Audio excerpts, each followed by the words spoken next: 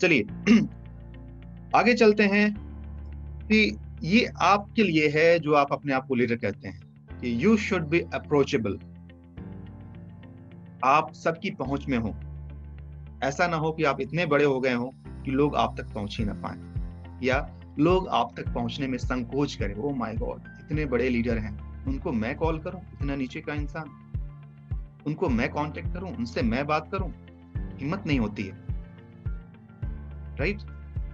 ये आपकी जिम्मेदारी बनती है कि आप उनको इतना सहज महसूस कराएं, उनको ये लगे, आपकी टीम मेंबर्स को लगे, अरे यार मैं तुम्हारे बीच से हूँ, बस मैं तुम्हारा ही हूँ, तुम्हारे बीच का हूँ, जब चाहो तब मुझसे बातें करो।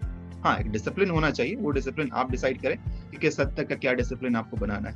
लेकिन ऐसा ना हो कि सामने वाला आपको कांटेक्ट करने से घबराए, इतने बड़े लीडर हैं, ये भला मेरी क्या बात सुनेंगे।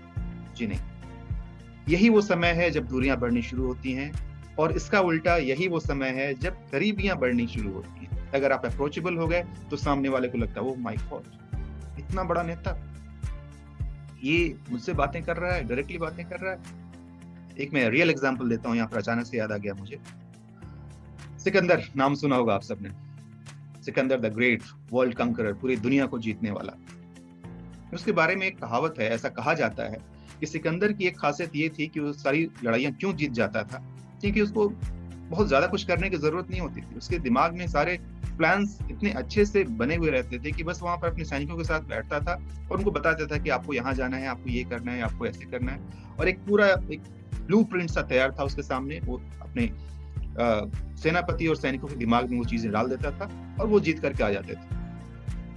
एक और जो इसके साथ जुड़ी हुई बात है वो ये कि छोटे से छोटे सैनिक को भी वो बाय नेम जानता था, उनको नाम से बुलाता था।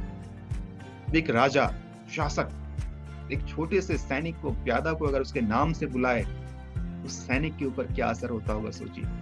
ओह my God, Sikandar the great, he knows me by my name, मैं तो उनके लिए जान देने को तैयार हूँ। और इस जज्बे के साथ वो सिपाही, वो सैनिक युद्ध मैदान में जाता था और फतह करके ही वापस आता था। तो अगर आपके टीम के साथ आपका कनेक्शन इस तरीके का है कि हर एक बंदे को आप पर्सनली जानते हैं, आप उनसे मिलते हैं, उनके परिवार के बारे में जानते हैं, उनके सुख दुख में शामिल होते हैं, क्या वो बंदा आपके लिए जान नहीं देगा? उसके साथ जुड़िए तो सही। जब भी फोन करते हैं, हाँ जी कितनी ज्वाइनिंग हुई, हाँ जी क्या रिस्पॉन्स रहा, कितने का सेल हुआ, बिजनेस कैसा चल रहा है। अरे जनाब, इससे थोड़ा बाहर भी निकलिए। आप प्रोफेशनल हैं, बहुत अच्छी बात है, लेकिन प्रोफेशनल होने के साथ साथ पर्सनल होना भी जरूरी है, क्योंकि यही वो समय है जब हम ये बात कर रहे हैं, कोई आपको छोड़ के जाएगा नहीं। अगर आप सिर्फ और सिर्फ प्रोफेशनल हैं, अगर आप सिर्फ और सिर्फ प्रोफेशन की बातें कर रहे हैं, तो फिर उसको कोई नया प्रोफेशनल मिल जाएगा, आपसे बेहतर प्रोफेशनल मिल जाएगा, ऑफ कोर्स जाएगा, आपने उसको ट्रेन कर दिया है, और नए प्रोफेशनल तो बैठे हुए हैं लपकने के लिए। तो आपको क्या करना है यहाँ पर कि आपको उनको पकड़ करके रखने के लिए उनसे जुड़ने की जरूरत है। उनको समझिए, उनकी जरूरतें क्या है वो समझिए। इस इंडस्ट्री में जो कोई भी आता है वो कुछ ना कुछ उसके अरमान होते हैं, कुछ ना कुछ खास होता है जो शायद उसका पूरा नहीं हो रहा है, उसको पाने के लिए आता है। अगर उसको वो चीजें मिले तो वो भला क्यों जाएगा? आप उसको वो प्लेटफॉर्म तो दीजिए कि जहां पर कि वो बिल्कुल आपके सामने आ जाए और उसको वो सारी चीजें हासिल हो जाएं। कोई आपको छोड़कर कभी नहीं जाएगा। आप बिल्कुल आप बने तो रहिए उसके साथ। अगली बात है कि ट्रांसपेरेंसी इन कम्युनिकेशन। जो भी बातें आप करें वो बिल्कुल साफ सुथरी हो, क्लियर हो, कोई छुपी हुई बात ना हो, एम्बिग्यूटी ना हो। ऐसा नहीं कि आप किसी और के साथ, कोई आपका जो चहेता है उसके साथ आप कुछ और बातें कर रहे हैं, जो वैसा नहीं है उसके साथ कुछ और बातें कर रहे हैं। आप लोगों को अगर अलग अलग से बुला करके मीटिंग करेंगे ना, कि एक को बुला लिया और हमेशा आप किसी को बुला रहे हैं, भले ही आप अपने काम की बात कर रहे हो, नॉर्मल बातें कर रहे हो, लेकिन फिर भी वो इंसान जिसको आपने नहीं बुलाया उसको लगेगा अरे कहीं मेरे खिलाफ ये लोग कुछ षड्यंत्र तो नहीं कर रहे हैं। ऐसा कुछ भी नहीं है, बट फिर भी उसको ये लगेगा। क्यों? क्योंकि वो उसमें शामिल नहीं है। क्यों? क्योंकि बंद दरवाजे के अंदर कुछ बातें हो रही हैं। इसको एक और बात बोला जाता है open door policy, open door meeting, यानी कि ग्लास डोर मीटिंग, जिसके आर पार बिल्कुल नजर आ रहा हो, सब कुछ नजर आ रहा हो, वहां क्या चल रहा है, क्या बातें हो रही हैं, हर कोई उसका हिस्सा है। जी हाँ, जब भी ये ऐसे टीम मीटिंग आप करते हैं वो सबके लिए हो, सबको इसमें शामिल हो, सबको बोलने का अधिकार हो कि सब लोग अपनी बातें उसके अंदर रखें, सब लोग उसके अंदर अपनी जो भी इनके फीडबैक हैं वो रख सकते हैं। जरूरी नहीं कि लीडर हमेशा सही हो, एक लीडर को भी एक फीडबैक की जरूरत होती है, उसको भी कहीं ना कहीं एक गाइडेंस की जरूरत होती है। घर का मुखिया भी कभी कभी गलत हो सकता है, तो घर के सदस्य की पूरी इतनी आजादी होनी चाहिए कि वो अपने बात को सही तरीके से रखें। हाँ, जो टीम मेंबर्स हैं उनको इस बात का ख्याल रखना है कि आप किससे बातें कर रहे हैं और अपनी बातों को कैसे रखा जाए। किसी भी बात को सही तरीके से अगर रखा जाए तो वो कभी गलत नहीं हो सकता है, वो कभी बुरा नहीं हो सकता है। एक वेल डिसिप्लिन्ड वे में as a junior, as a team member आप अपनी बात को अपने लीडर के सामने रखिए, वो जरूर सुनेंगे। मैं लीडर से भी कहना चाहूंगा कि यहाँ पर आपकी नाक आपकी आड़े नहीं आनी चाहिए। मैं इतना बड़ा लीडर, वो अदना सा इंसान, कल का आया हुआ इंसान, कल का बच्चा, वो मुझे सिखाएगा?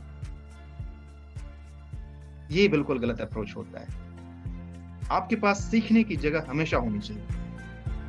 ये दौर कभी भी नहीं आए कि आपको ये लगने लगे नहीं जी मैं तो सब कुछ जानता हूँ, मैं तो सब कुछ सीख चुका हूँ, मुझे कुछ और जानने की जरूरत है। ऐसा कभी नहीं होता है, किसी के साथ नहीं होता है। बहुत सारे आइडियाज आपके पास ऐसे आएंगे जिसमें कि आपको पता चले कि आपके जूनियर ने वो आइडियाज दिए और वो अच्छा काम करता है। कंपनीज में जो अच्छी कंपनी होती है वो इस सिद्धांत पे काम करती है। चलिए, have openness with your team members, avoid helicopter landing. हाँ, ये एक छोटी सी थोड़ी अलग बात है, हालांकि हमारी इंडस्ट्री में ऐसा नहीं होता है, बट फिर मैं बता देता हूँ। अपनी टीम के साथ खुलापन रखिए, खुल करके उनसे बातें कीजिए, अपनी बातों को रखिए, उनकी बातों को सुनिए। और अचानक से अगर आप किसी बड़े लीडर को उनके बीच में ला करके रख देंगे तो लोग उसको डाइजेस्ट नहीं कर पाते हैं।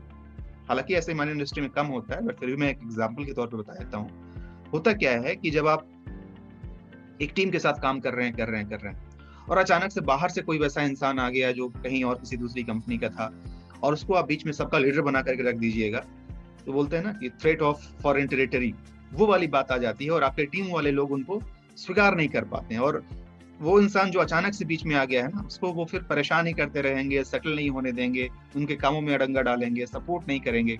तो इससे बेटर है कि आपके बीच में जो लोग हैं, जो उस काबिल बनते जा रहे हैं, उनको प्रमोट कीजिए, उनको ऊपर उठाइए, उनको उस काबिल बनाइए कि वो चीज आप ले सके।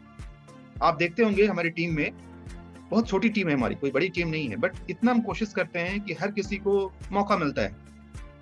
कोई होस्टिंग कर रहा है, तो कोई प्लान प्रेजेंटेशन कर रहा है, तो कोई सोशल मीडिया मैनेज कर रहा है, कोई पोस्टर वगैरह डिजाइन कर रहा है। जिसके अंदर जो क्वालिटी है उसको पहले हम समझते हैं, देखते हैं और उसको वो मौका देते हैं। अगला मेरा पॉइंट बिल्कुल इसी से रिलेटेड है, that is called feeling of significance.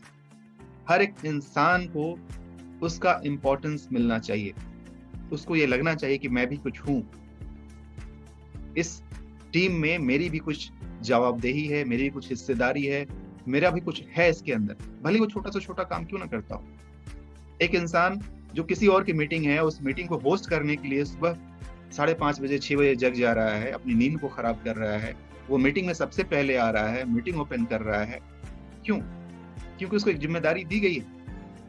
एक इंसान जो सबके लिए पोस्टर डिजाइन कर रहा है, जब भी कोई इवेंट हो रहा होता है वो सबका उसका पोस्टर डिजाइन करता है, जब भी कोई ज्वाइनिंग होती है उसका वो पोस्टर डिजाइन करता है, क्यों? क्योंकि उसके अंदर वो काबिलियत है, उसने साबित किया कि मैं ये कर सकता हूँ या कर सकती हूँ, और उसके हिसाब से उसको ये जिम्मेदारी दी गई, उसको इसका एहसास है कि हाँ ये मेरी जिम्मेदारी है, ये मुझे करना है, भले ही ये मेरी इंडिविजुअल टीम का हो या ना हो, मेरे लीडर ने कह दिया ये करना है तो करना है, बात खत्म। हर किसी के, मेरे टीम में आप देखेंगे हर किसी का कुछ ना कुछ अलग अलग रोल बटा हुआ है। कोई फेसबुक हैंडल कर रहा है, कोई ट्विटर हैंडल कर रहा है, कोई इंस्टाग्राम हैंडल कर रहा है, कोई ऑनलाइन प्रोस्पेक्टिंग कर रहा है, कोई टेली कॉलिंग कर रहा है। और मुझे यकीन है, हो सकता है अभी उतना बढ़िया रिजल्ट ना आ रहा हो, लेकिन आने वाले समय में, चाहे समय जितना लग जाए, मैं कोई फिक्स टाइम नहीं बताता हूँ, बट आने वाले समय में ये सारे लोग मेरे नवरत्न बन करके सामने आएंगे, और वो प्रोसेस शुरुआत है। मैं जब ये टॉपिक तैयार कर रहा था तो मैंने सोचा इस टॉपिक का क्या नाम दिया जाए। वहां पर मैंने टॉपिक का नाम कुछ ऐसा सोचा, मेकिंग ऑफ नवरत्नाज। आपको अपने नवरत्न को तैयार करना है और उसी की यह तैयारी चल रही है। लेकिन हाँ, नवरत्न बनने के लिए, नवरत्न बनाने के लिए आपको भी अकबर बनना पड़ेगा। अगर आपको बीरबल चाहिए तो आपको भी अकबर बनना पड़ेगा। अकबर की क्या खासियत थी?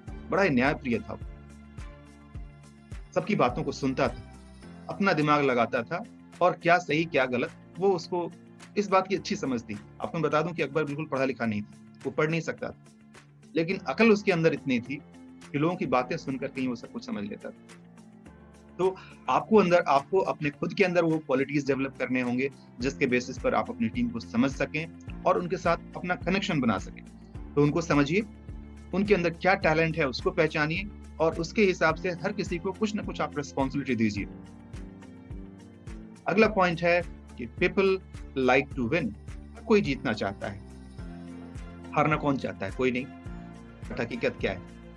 हर कोई जीत जाता है? जी नहीं। तो करना है क्या आपको कि आपको अपनी टीम को हेल्प करना है जीतने में। कैसे आप हेल्प करेंगे, क्या जीत है, ये सब कुछ वेल डिफाइंड है। रास्ता बना हुआ है, टारगेट बना हुआ है, क्या अचीव करना है वो सब कुछ पता है, कैसे अचीव करना है वो पता है। बस आप उनका हैंड होल्डिंग कर दीजिए, थोड़ा सा रास्ता दिखा दीजिए, गाइड कर दीजिए। एज ए टीम मेंबर आपकी जिम्मेदारी क्या बनती है कि आप अपने लीडर को सुन लीजिए। कुछ बातें कड़वी भी होती हैं, कुछ बातें मुश्किल भी होती हैं, आसान नहीं होता है। बोलता है ना कि कठिन है राह मगर थोड़ी दूर साथ चलो, बहुत कड़ा है सफर थोड़ी दूर साथ चलो। साथ चल के तो देखिए, ये कड़ा सफर पता नहीं चलेगा कब धीरे धीरे खत्म हो जाएगा और हरियाली नजर आने लगेगी, साफ सुंदर रास्ता नजर आने लगेगा। साथ साथ चलना शुरू कीजिए, खुद भी और अपनी टीम को भी गाइड करते हुए आगे लेकर के चलना शुरू कीजिए। अगला है कि multiply the skills and energy for those working with you. जो भी आपके साथ काम कर रहे हैं उनके अंदर स्किल है। जैसे मैंने बताया कि मेरी टीम में जो आपको पता हो कि योगेश जो हैं वो जितने भी सॉफ्ट स्किल से रिलेटेड काम होते हैं, जितने भी ये पोस्टर डिजाइनिंग का काम होता है, ये सोशल मीडिया से रिलेटेड जो कंटेंट तैयार करने होते हैं या पोस्टर बनाना होता है, ये सारे काम वो करते हैं। He is good at that. और यही कारण है कि मैं उसमें कभी इंटरफेयर नहीं करता हूँ। मैंने उनको काम दे दिया है कि आपका काम है जितने पोस्टर्स बनाने हैं, जितने इस तरह की डिजाइनिंग करनी है, and he is very good designer. उसका डिजाइन जब वो मन से काम करके देता है, बहुत ही खूबसूरत डिजाइन बना करके देता है। हमारे टीम मेंबर्स जो और हैं, चारू गेस्ट हैं हमारे पास, पूनम पिलखवाल जी हैं, ये सब लोग बहुत ही अच्छा बोलते हैं, मीठा बोलते हैं, पेशेंस के साथ बातें करते हैं। ये लोग टेली कॉलिंग का काम करते हैं, लोगों के साथ पर्सनली कांटेक्ट करते हैं। हमारी एक बहुत ही अच्छी टीम लीडर हैं जो अभी फिलहाल कुछ पर्सनल रीजन से अभी उतना एक्टिव नहीं है।